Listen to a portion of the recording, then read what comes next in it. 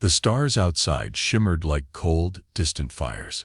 Captain James Carter stood alone on the dimly lit bridge of the warship Sentinel, the hum of broken systems and the crackle of damaged panels, the only sounds that filled the vast silence. Smoke curled from a shattered console to his left. The ship was dying. Red emergency lights cast a dull glow across the control room. Wires hung from the ceiling like vines. Screens flickered, most unreadable, others displaying warning after warning in angry red letters. "Report," Carter said, his voice steady, though his body felt heavy. The ship's AI, Sora, responded in a mechanical tone. Main reactor at 22% capacity. Weapons offline. Shields non-functional. Life support stable. Barely. Carter exhaled slowly. The last battle had been brutal. An ambush. 5 enemy ships against 1. The Sentinel had held its own, but at a terrible cost. Half the crew was injured, many dead. Now, without navigation or full power, the ship drifted, lost. He walked across the bridge, boots echoing faintly. Every step reminded him of the silence that filled the rest of the ship. Too many stations were unmanned. Too many voices missing. He tapped his wrist. Calm. Bridge to engineering. A crackle, then a voice came through, weak but alive. "This is Lieutenant Harrow. We've stabilized the coolant leak, but we can't restart the primary drives. The core's overheating. We need time." "How much?" Carter asked. "Hours. Maybe more. Depends if the auxiliary systems hold."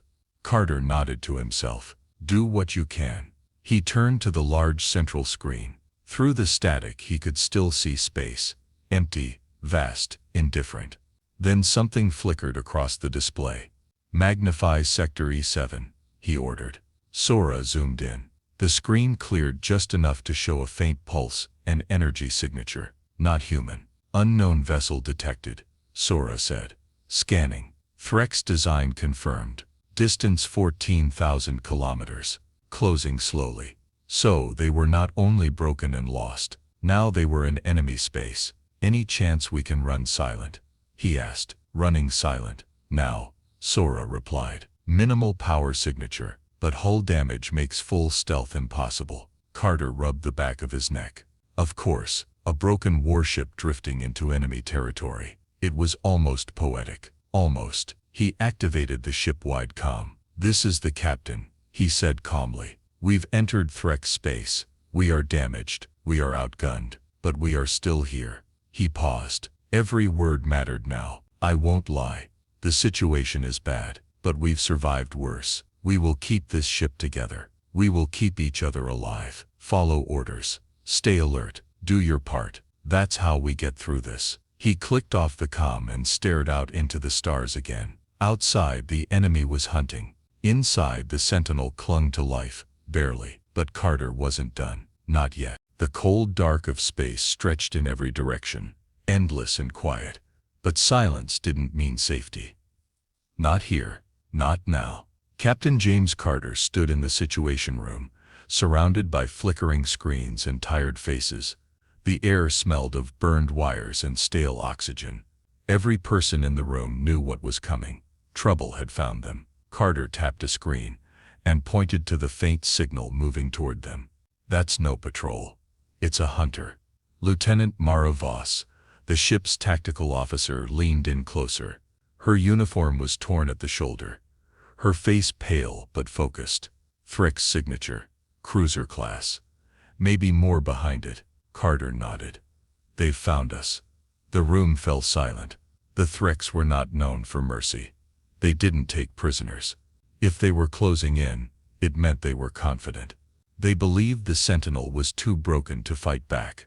"Let them believe that," Carter said quietly. "Let them underestimate us." Far away, aboard the Threx vessel Kornax, Commander Vornaxet observed the damaged human ship on his display. He was tall and thin, his skin a pale silver that shimmered under the lights. His sharp black eyes narrowed as the data streamed in. "The humans are drifting," one of his officers said. "No sign of full shield power. Weapons cold." Vorn didn't smile. His kind rarely did, but there was a glint of satisfaction in his gaze. Send word to the fleet, he ordered. The prey is cornered. He studied the outline of the Sentinel. It was once a powerful ship.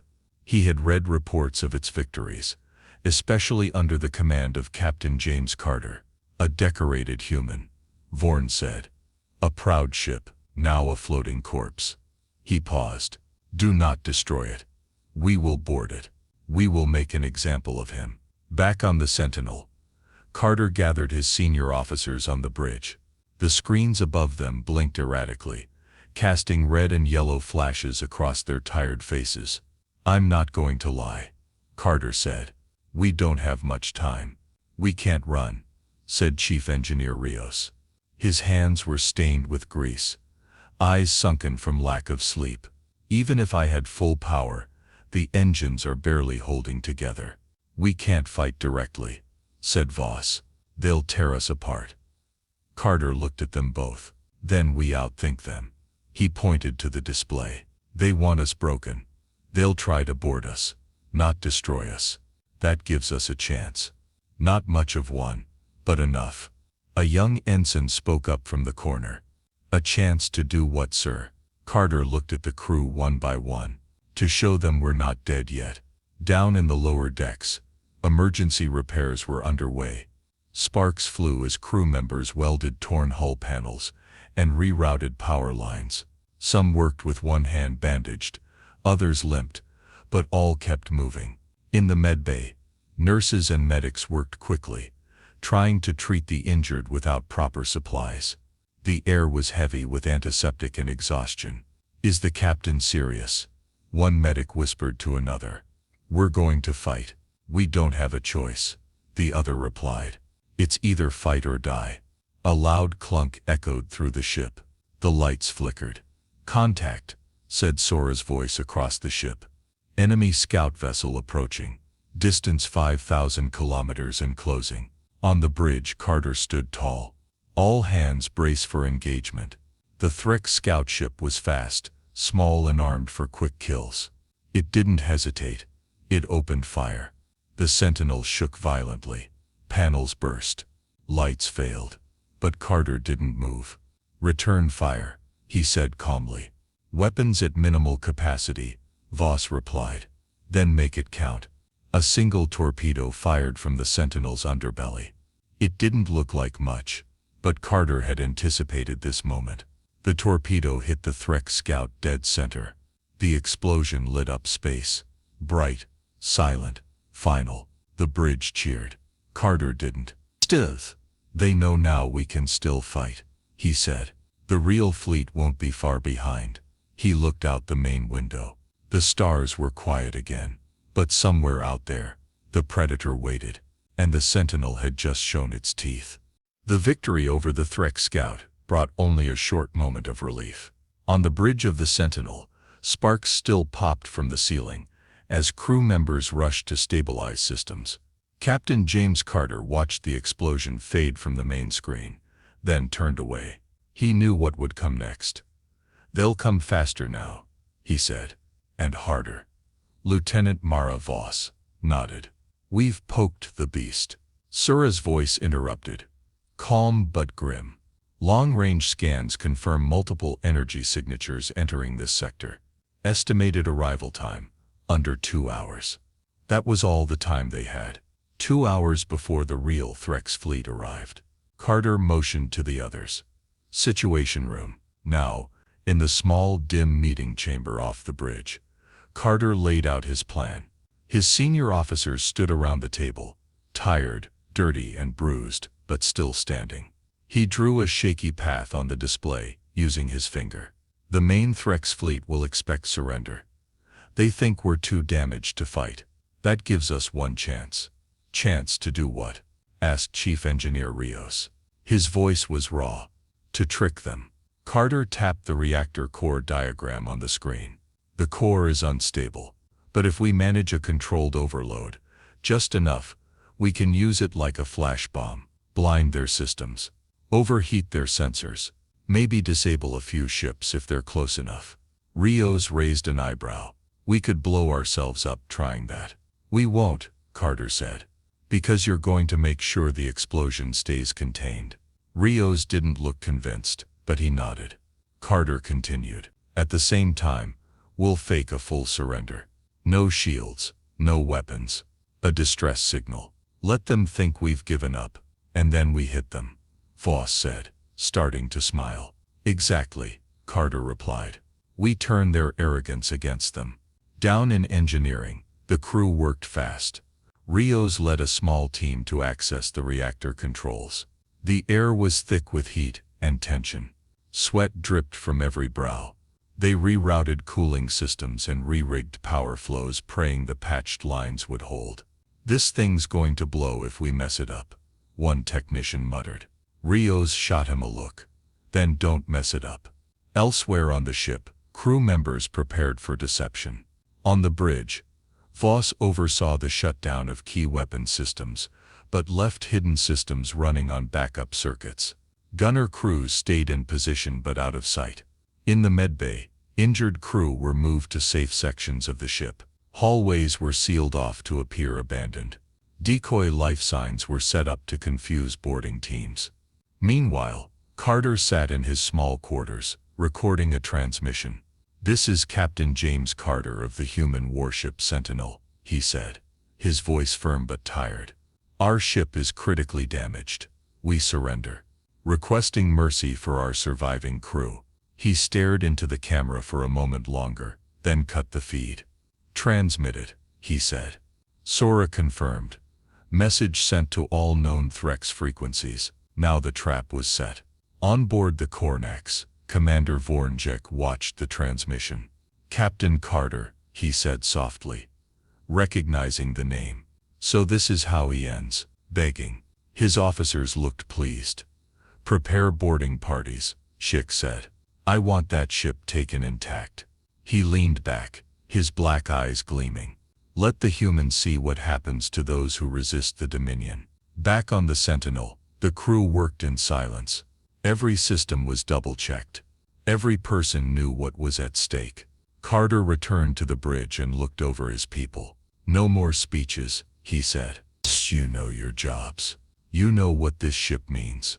Let's make them regret stepping onto our deck. He sat in his command chair back straight, hands resting on the arms. All stations ready, Voss said. Rio's voice came over the comm. Core is primed. Holding steady. Carter took a deep breath.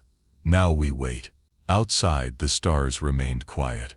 But the enemy was coming, closer by the minute. And this time the Sentinel would not run. The Sentinel drifted silently in the darkness of space. From the outside, it looked like a ghost ship, scarred, powerless, barely holding together. But inside, it was alive with quiet, focused activity. The crew waited. Lights were dimmed across the ship. Weapons appeared offline. The ship's power signature was deliberately kept low, just enough to keep life support and navigation functional. The fake distress signal looped on all channels, a plea for mercy that Carter knew would only draw the enemy in closer.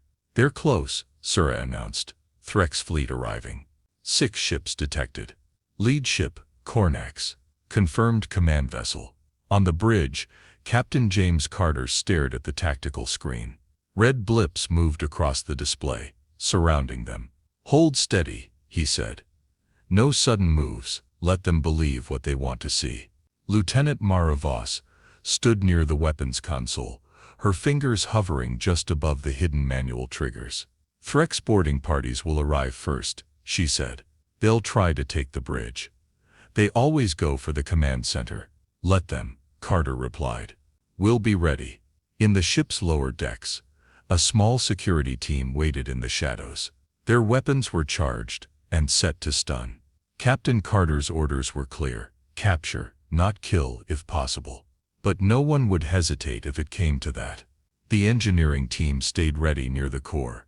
Rios and his assistants watched every reading on the overloaded reactor. The power levels were dangerously high. A single mistake, one failed valve or a cracked conduit, and the whole ship would explode. How long do we hold it like this?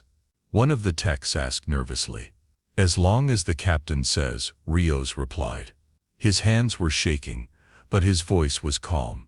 Outside, the Kornax moved into position. Inside its control room, Commander Vornex watched with narrowed eyes. "The human ship isn't responding," his officer said. "They've given up," Serge replied, coldly. "Prepare boarding parties. Take the bridge. Secure the core. No unnecessary destruction." He turned to the window, watching the broken warship float ahead of him. "I want to see Captain Carter surrender in person." Back on the Sentinel, alarms suddenly blared. "Enemy shuttles inbound," Sura said. "Boarding teams approaching." "Here we go," Carter whispered. The crew braced. The ship jolted slightly as the first Threx boarding clamps locked onto the hull. Then silence again. In the corridors, the air was tense. Boots tapped softly on metal floors. The security team stayed hidden in side rooms, weapons aimed at the doors. Suddenly, the bulkheads hissed open. Threx soldiers entered quickly, confident and methodical.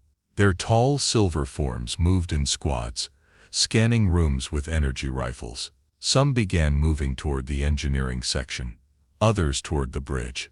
That's when the trap sprung. Hidden panels snapped open. Stun grenades rolled across the floor. Blue light flashed. The Threx shouted in their strange, harsh tongue. The Sentinel crew fought back with quiet precision. Short bursts of fire, sharp commands. In less than 5 minutes, the first wave was captured or neutralized. On the bridge, Carter waited until the enemy squad was almost at the door. He glanced at Voss. "Ready?" She gave a sharp nod. Manual override in place. Weapons locked on. "Do it." Voss hit the switch. In one swift move, the ship came back to life. Hidden weapon systems powered up. Turrets extended from the hull. Power flowed to the engines just enough to let the Sentinel rotate into a better firing position. The enemy had walked straight into the center of the trap. "Fire," Carter ordered. Outside, the lead Threx vessels were caught off guard. The energy core released its built-up charge in a blinding flash. It was not a full explosion. Rios had done his job. But it was enough. Threx sensors overloaded. Shields failed. One smaller frigate spiraled out of formation. Systems fried. The Sentinel fired all at once. Torpedoes slammed into the lead cruiser. Hidden cannons blasted 2 other ships in quick bursts, targeting weak spots revealed during the war. The Sentinel moved slowly, but every shot was calculated and brutal. Inside the Threx boarding vessels, panic spread. Commander Vornjek watched the chaos unfold from the Kornax. The human ship was supposed to be broken. Instead, it was fighting like a cornered beast. "Retreat the boarding parties," he shouted. "Pull the fleet back." But it was too late. The Sentinel had already torn through 2 enemy ships and damaged a third. On the bridge, Carter watched it all unfold, breathing hard but steady. "Status?" he asked. "Core is stabilizing," Sora replied. "Enemy fleet retreating. Damage to our systems minimal." Carter leaned back in his chair. His crew had pulled it off. They had fooled the enemy, and they had struck back hard. But it wasn't over yet. He knew Vornjek would not let this go unanswered. Still, for now they had survived the impossible. The silence after the chaos was sharp. The bridge of the Sentinel was dim, but alive. Sparks flew from the walls. Smoke curled in the air. Yet the hum of power was back. The ship had taken damage. Yes, but it still stood. Captain James Carter sat forward in his command chair, watching the tactical display. 3 Threx ships were drifting. One disabled, one destroyed, one turning away with heavy damage. The others had broken formation and were pulling back. "They didn't expect that," said Lieutenant Voss, eyes wide as she monitored sensor data. "They're scattering." Carter didn't smile. He knew it wasn't victory yet. Fornixek was still out there, and the Kornax was far from beaten. "Any word from the boarding teams?" Carter asked. Sora answered. "All enemy squads have been neutralized or captured. No casualties on our side in the last engagement." Carter nodded once. "Good. Secure them and keep them under watch." Down in the lower levels, The crew was already locking the stunned Threx soldiers into holding chambers. The prisoners looked confused, angry. They hadn't expected to be captured by a dying ship. Neither had anyone else. In engineering, Chief Rios wiped sweat from his forehead with a shaking hand. The core was humming, its energy finally stable. He looked around at his exhausted team. "We held it," he muttered. "I can't believe we held it." The youngest technician laughed softly. "Still want to blow the ship up?" Rios gave a tired grin. "Not today." Back on the Kornax, Commander Vornixek stood stiffly at his command station, claws tapping on the control panel. "This is no ordinary ship," he said to his officers. "No ordinary captain." He stared at the image of the Sentinel, still standing, still fighting. "I want him destroyed," he said. Now. His ship moved forward, alone. The rest of the Threx fleet hesitated, scattered and wounded. Ixek didn't care. He would face the human captain himself. The Sentinel's sensors picked up the change immediately. "Enemy flagship approaching," Fornik said. "Fast. It's the Kornax. Looks like he's coming alone." Carter stood. "Of course he is." He looked around the bridge. "He wants to finish this himself. A final blow. Pride. Arrogance. Let's use that." The crew moved quickly. They shifted power to forward shields, loaded the last of the torpedoes and aimed the primary cannon.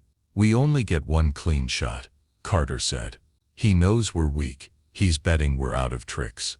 Let's show him he's wrong." The Kornax came in fast, charging up its weapons. Red energy lit up along its sides. It was a bigger ship, stronger in every way. Its armor had never been breached in battle. Carter waited. The enemy drew closer. 30,000 kilometers. 20. 15. "Hold," Carter whispered. At 10,000 kilometers, the Kornax opened fire. The Sentinel shuddered. Shields flared and failed in one section. Sparks flew. A console on the bridge exploded. A crewman cried out but was pulled to safety. "Return fire," Carter said. The Sentinel fired everything it had.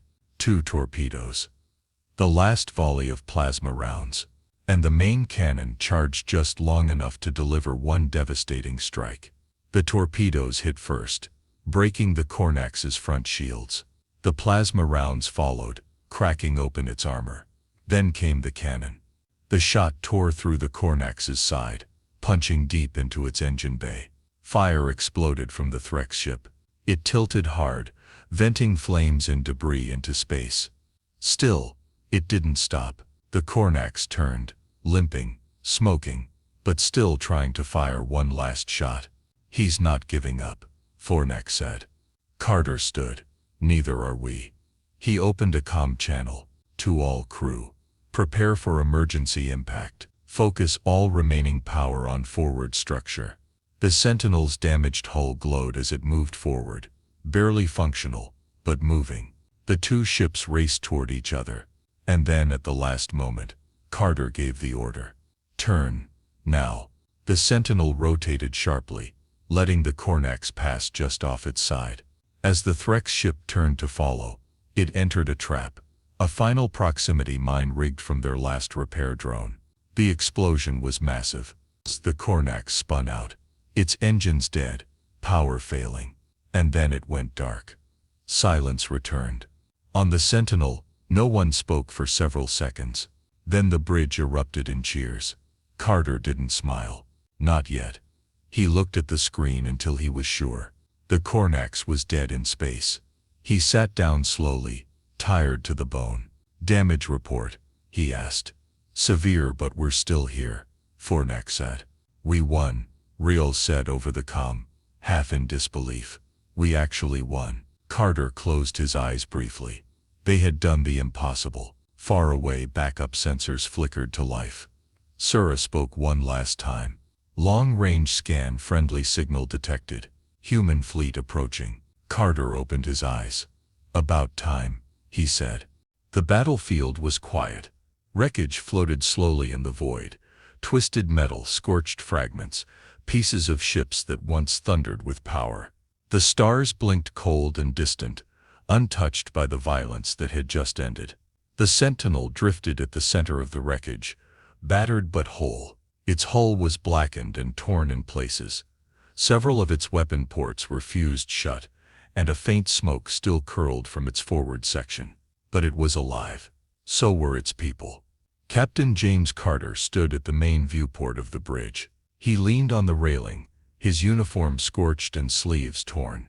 His face was lined with exhaustion, but his eyes were sharp. He watched as the Kornax, the once mighty Threx command ship, floated dead in the distance. No lights, no movement, just a silent tomb. Lieutenant Mara Voss walked up beside him. Her arm was in a sling, but she was smiling. "Confirmed no life signs on the Kornax," she said.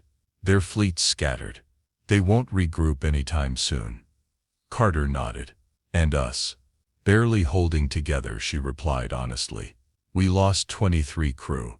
Systems are at 20%. No jump drive. We're stuck here until help arrives." He turned toward her. "But we're alive."